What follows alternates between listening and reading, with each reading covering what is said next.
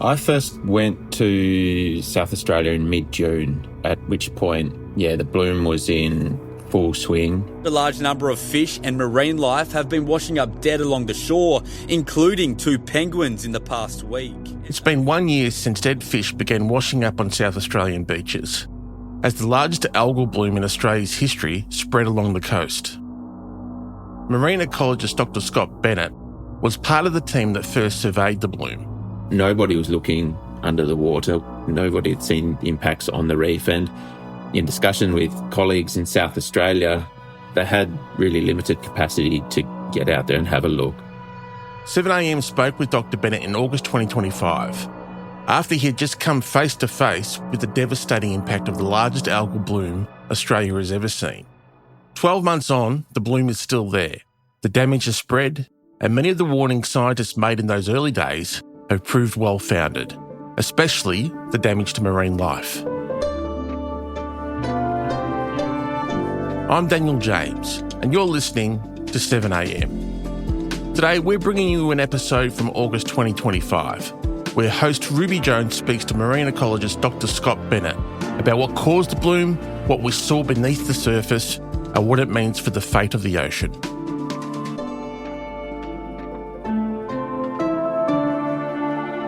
It's Sunday, March 22.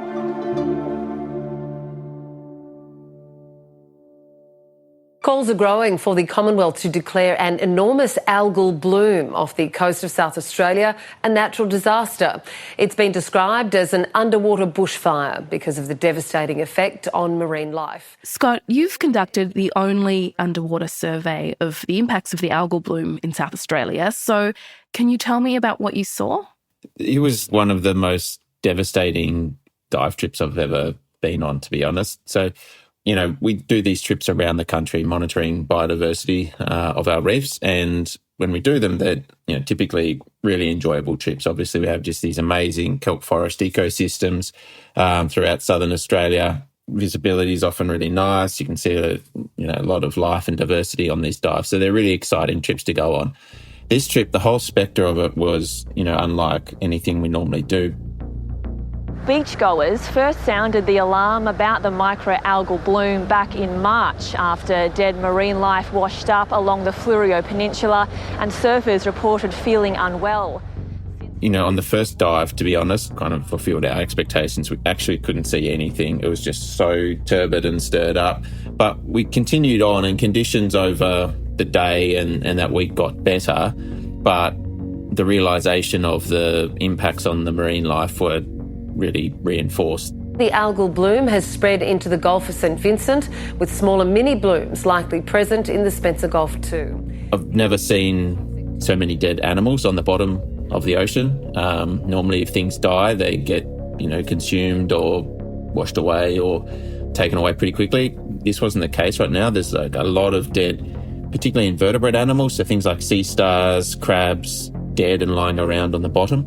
More than 12,000 animals are estimated to have died so far, including fish, stingrays, dolphins and sharks. Commercial fishers have been forced to pause their operations indefinitely. A lot of fish that you would expect to see just weren't there. A lot of the reefs were ghostly quiet. But at the same time, a lot of the seaweeds on a lot of the reefs were okay, reasonably healthy. And so it wasn't a complete apocalypse. Okay, well, tell me more about the algal bloom itself. What is it exactly and how did it start? Yeah, so in this case, the HAB, the harmful algal bloom, is a bloom of microalgae, harmful microalgae in this context. The reported species a lot is Karenia mikimoti, but it's actually multiple species that are forming this bloom. But what's concerning is there's types of toxins, so things like brevitoxins, which are being found in these blooms, haven't been recorded in Australia before. So while harmful algal blooms are actually really common around Australia, we see them in all states, we see them in some form each year, we've never seen anything of this magnitude before, this scale. And so what are the conditions that lead to a bloom like this? What do you need to have in the ocean?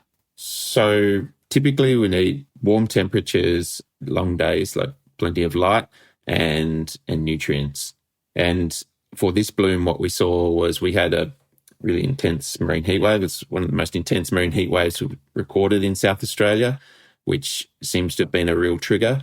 It obviously occurred in summertime, where we still have long days, and it was on this base of high nutrient conditions. So the nutrient trigger or the nutrient source is still unknown, but yeah, certainly nutrients are an important factor as well as temperature. What is it like for you as someone who has spent their working life in reefs, gone on, I'm sure, many dives, seen incredible things underwater? What is it like to do a dive like this and witness the state of the reef right now? It's really devastating to see the state of the reef at the moment. And for me as a scientist as well, South Australia is a really unique place for the biodiversity, at least reef biodiversity. Around 70% of the species that live on the reefs in this area are unique to the region, unique to Southern Australia. They're unique because they've been isolated literally for tens of millions of years here at the bottom of the earth, basically. Not found anywhere else on Earth. And until now, South Australia's been a bit of a refuge for a lot of these unique temperate species.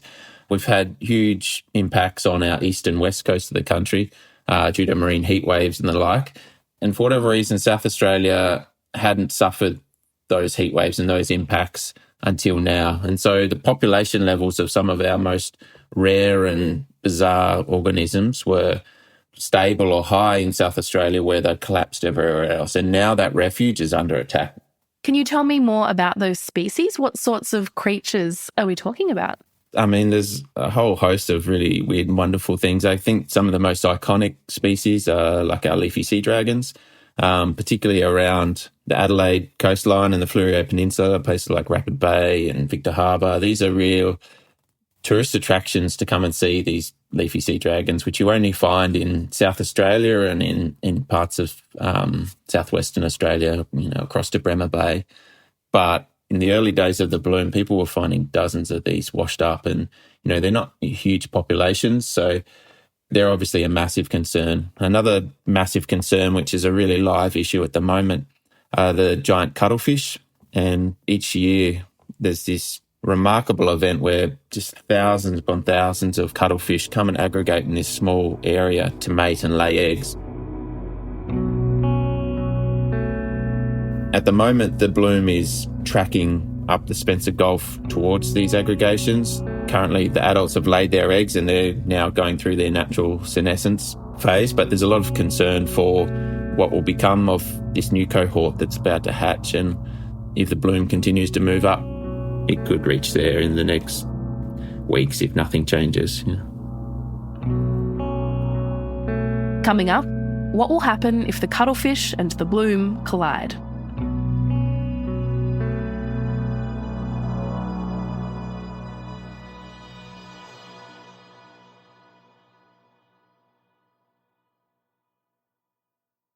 Scott, the algal bloom in South Australia is still spreading, and it's getting closer and closer to the gathering of these giant cuttlefish that's happening right now. So if the bloom does spread to where they are, what impact will that have? Well, there's a real risk that we lose this entire cohort, which means this entire population.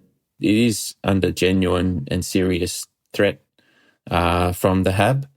There's been a number of emergency meetings discussing possible interventions and things like this, but the scale of these aggregations and these breeding events and the time frame that we're working with, which is literally, now, like things have to happen immediately. It is significant interventions aren't really on the table. Things like, removing eggs and relocating them, just the feasibility of those things are deemed not possible right now. And so there is a real risk these populations are lost or they're going to be severely impacted, we would expect. And one of the scariest things about this algal bloom is the scale of it, and it's still spreading, I believe. So as you watch that happen, what is that telling you about the fate of our oceans more broadly? Yes, I think one of the scary things about this is the scale of the impact. This is the largest harmful algal bloom that we've seen in Australia and most devastating. It's spanning across tens of thousands of square kilometres of reef and of marine habitat. And we don't expect this to be an isolated or unique event to South Australia. This is quite symptomatic of the impacts of climate change that we're seeing throughout our coastlines around Australia. I mean, it was only this summer that northwestern Australia, up off Ningaloo, the Rolly Shoal, some of our most iconic coral reefs, suffered some of the most devastating bleaching events that they've ever experienced as well. So this is, happening in parallel with the HAB down here. We know in southeastern Australia, these synergistic or compounding impacts of really rapid rates of warming down the coast of Tasmania, eastern Victoria, that's bringing new species further and further south. And so in the case of Tasmania, it's bringing this long-spined sea urchin further south. And this long-spined sea urchin is overgrazing, that they're voracious herbivores. They feed on kelp and seaweeds, and they create these large barren areas that are devoid of vegetation. And those barren areas are spreading really rapidly through Tasmania, eastern Victoria, and the far south of New South Wales now. And it's another one of these synergistic effects of climate change that we're seeing on our coast that's affecting thousands of kilometres and the future of hundreds of thousands of reef species. So with all of that already happening, what could be done now to protect this marine life? Yeah, so the HAB was really triggered by the intense marine heat wave we had in South Australia. We know heat waves are becoming more frequent and more intense with climate change. And so we really need to act on climate change, like as an Australian community, as a global community, reduce our carbon emissions immediately. And we can't avoid or get around that. That has to be our number one priority. It's also obviously a long game. There's so much inertia in the system. And so at a more regional or local context, there are things we can also do. So looking after our coastal waterways and minimising nutrient pollution is really important. And there's several ways we can do that. So we know our marine habitats play a really crucial role in filtering the water. So kelp forests, seagrasses and oyster reefs are amazing filters of the water. They uptake nutrients and keep our coastal waterways clear. So maintaining healthy habitats is one of the best things we can do to bolster the resilience of our coastal systems. And if those changes don't happen, what's at stake here? This HAB has really shown what's at stake. The algal bloom in South Australia has just crippled local fishing industry. It's crippled the tourism industry, and it's had an enormous, emotional, psychological effect on South Australian people and the Australian society more broadly. And these impacts are very real. At a human level, they're very real, and they affect us personally. At an ecological, environmental scale, we could be losing thousands upon thousands of species that are unique, that have been swimming these waters for literally tens of millions of years, and they could be gone on our watch. Well, Scott, thank you so much for speaking with me today. Thanks very much, Ruby.